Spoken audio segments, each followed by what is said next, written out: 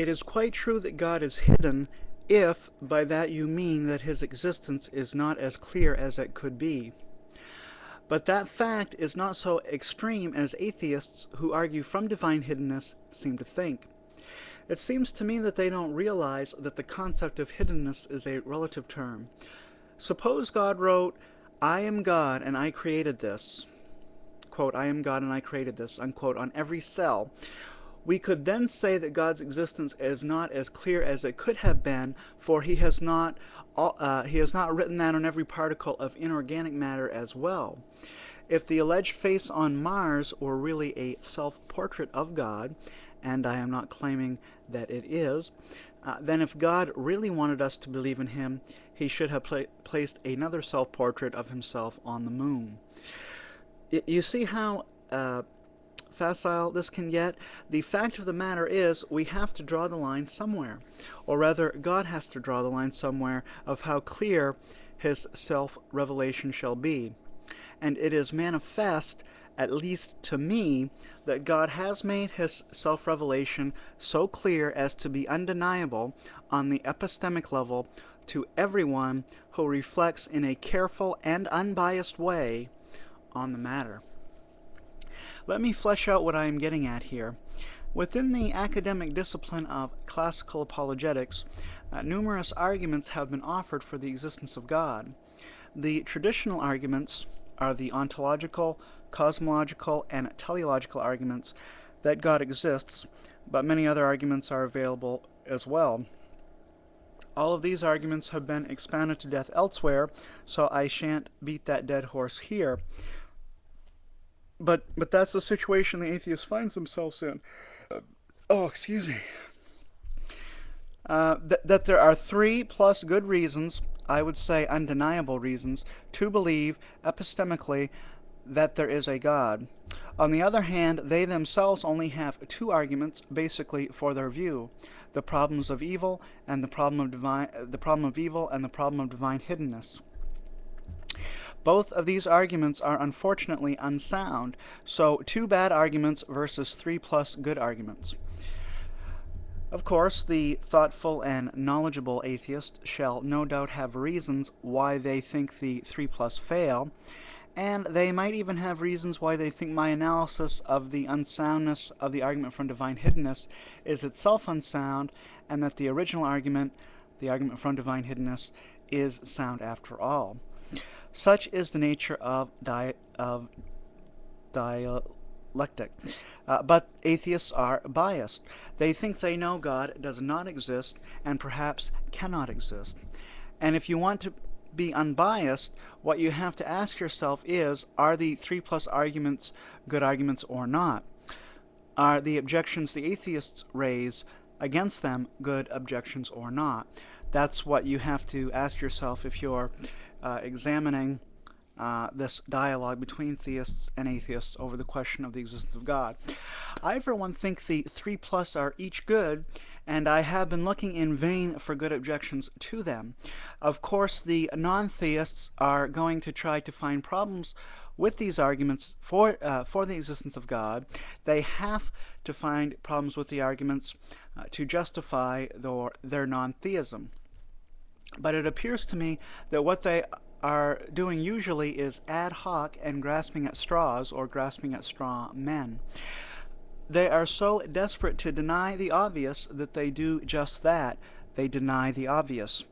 God must not exist at all costs, and so they try their best to come up with an excuse, however lame, to reject the theistic argument in question, so they may continue being rational in their non-theism. I do not say that this is true of all atheists, or even of any atheists. All I am saying is that it's my personal impression of what is often the case in actual dialogues between myself and an atheist, and between other theists and atheists as well. And of course, it's perfectly legitimate to criticize a philosophical argument by attacking the premises. That is not what is in question here. Rather, the question here is, Are the objections convincing? When it comes to the 3 plus, I think the answer is no. For example, the most common objection to cosmological arguments is that either everything needs a cause including God, or else not everything needs a cause, and not only God, but the universe itself does not need a cause. More colloquially, who caused God? As a rhetorical question.